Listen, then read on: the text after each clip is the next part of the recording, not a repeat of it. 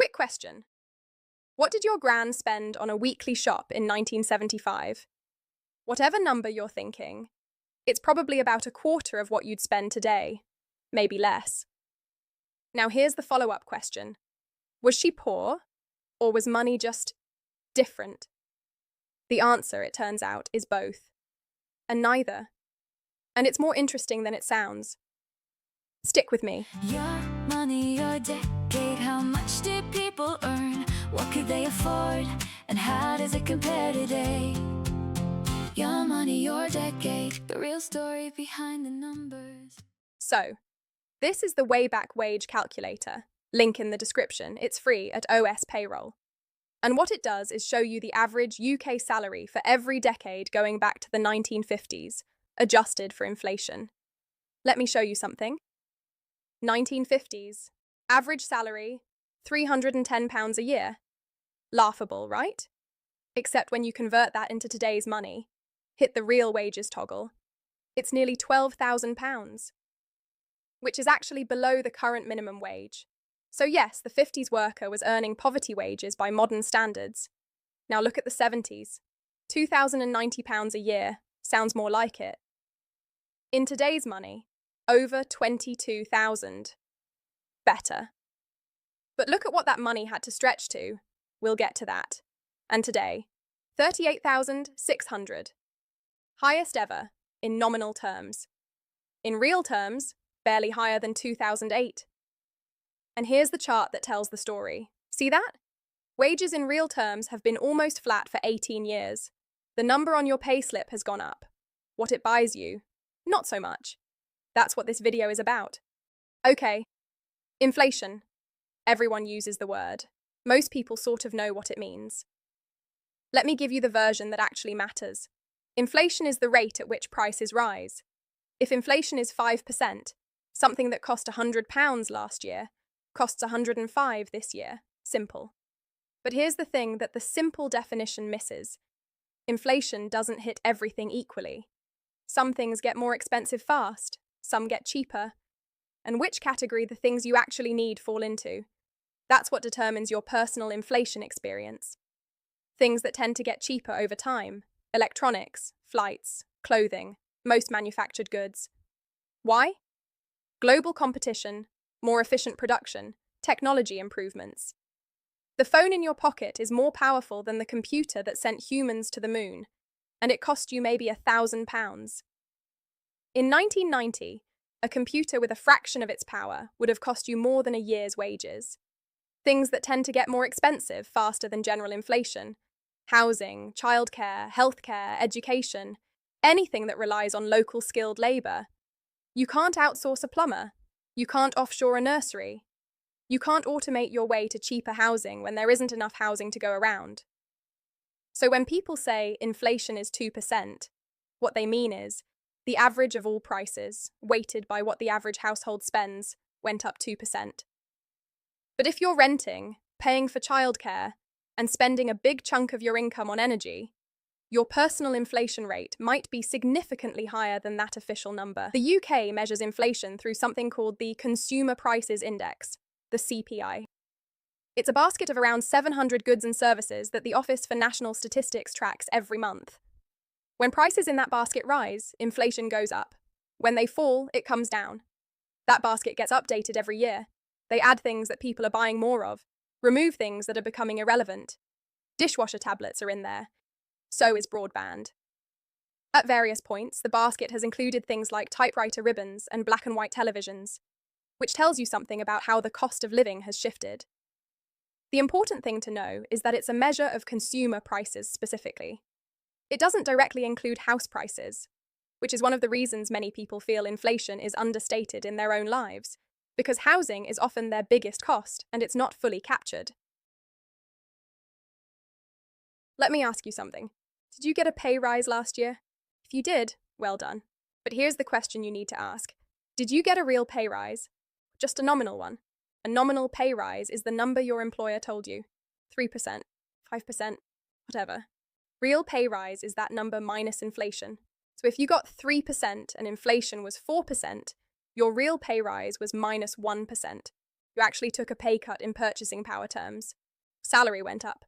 What it buys went down. In 2022, a lot of people got pay rises of 3, 4, 5% and felt reasonably good about it. Meanwhile, inflation hit 11%.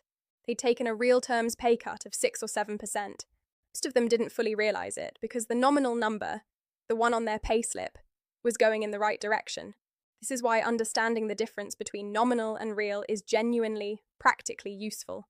It's not just economic theory. It's whether you're actually getting better off. The concept of purchasing power is beautifully simple. It's what your money actually buys, not the number in your bank account, what that number can purchase in the real world.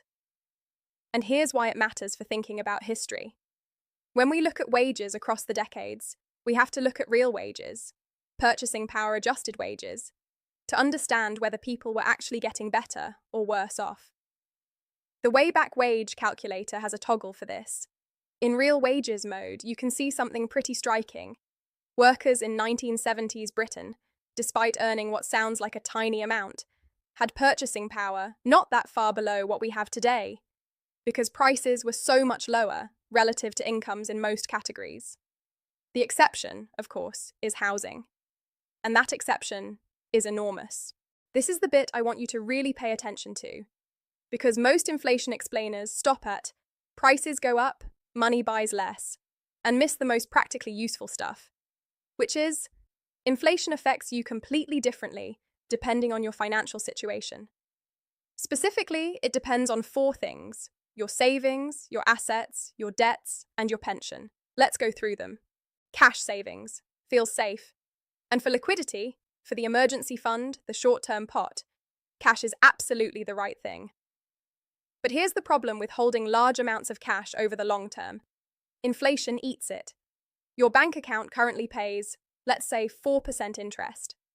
Inflation is currently around 3%, so your real return, what you're actually gaining in purchasing power, is about 1%. Fine.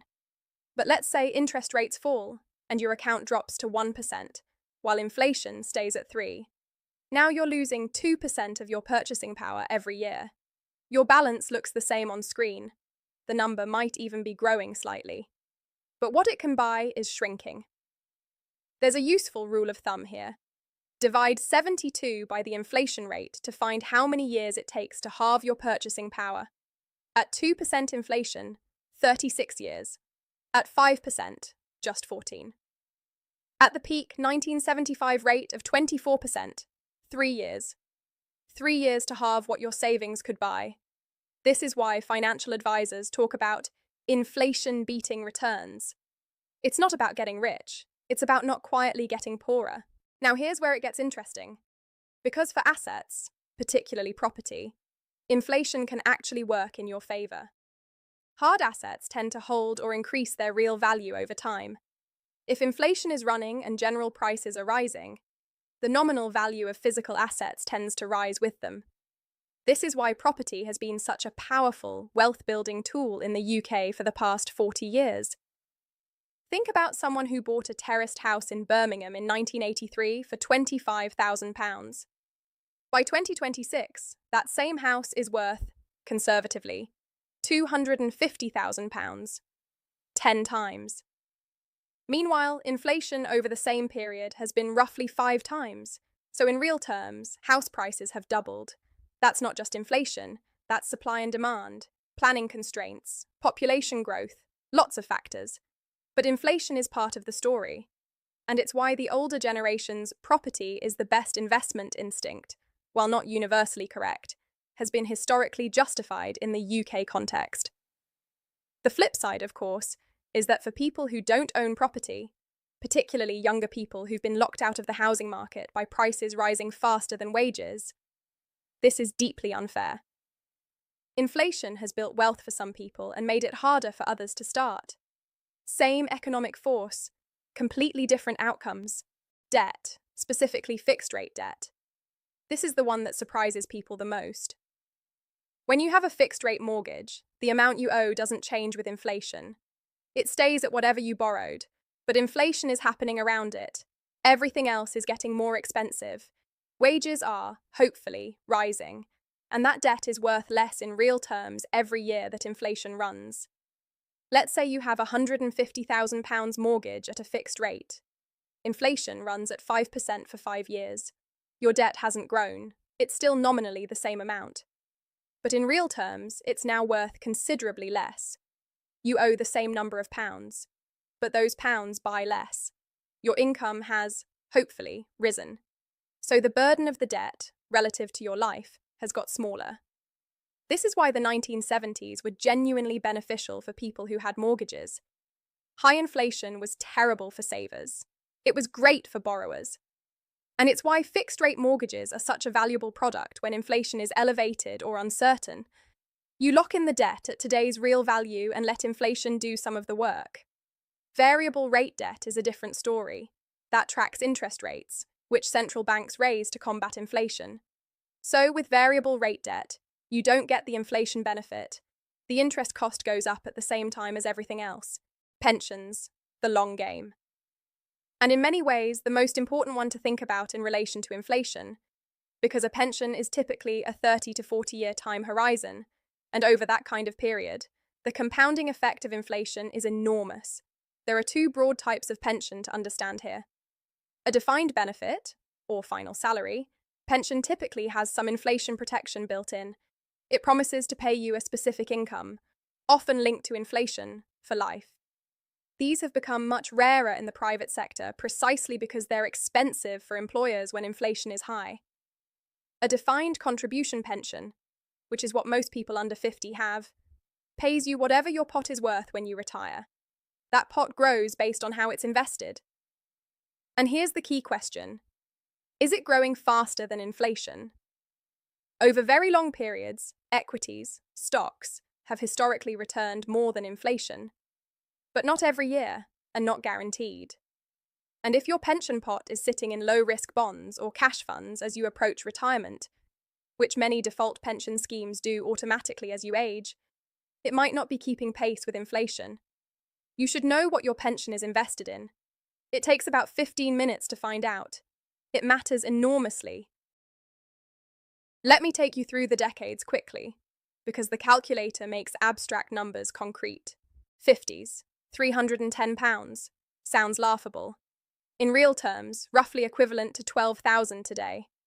People worked, lived carefully, didn't holiday abroad, and bought houses for what we'd now consider pocket money.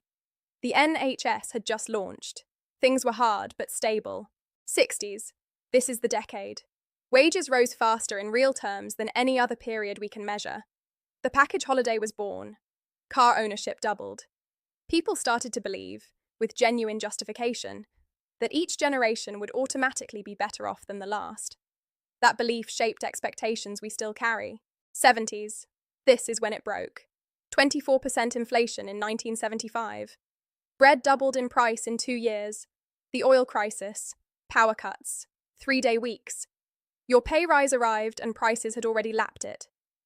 This decade created the financial anxiety that millions of people over 60 still carry. It was rational. They'd seen what stable actually meant. 80s. Inflation came down, real wages improved. But the housing market separated into two groups, people who owned and people who didn't. Right to buy was popular and politically clever. It turned renters into owners and owners into conservative voters. It also removed social housing stock that has never been replaced.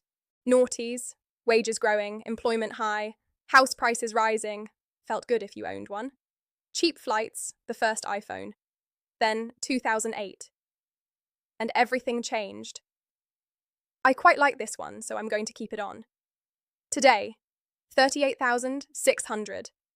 Higher than ever. But in real terms, compared to what that salary can actually buy, barely ahead of where we were 18 years ago. Okay. So what do you actually do with all of this? I want to be clear. This is not financial advice.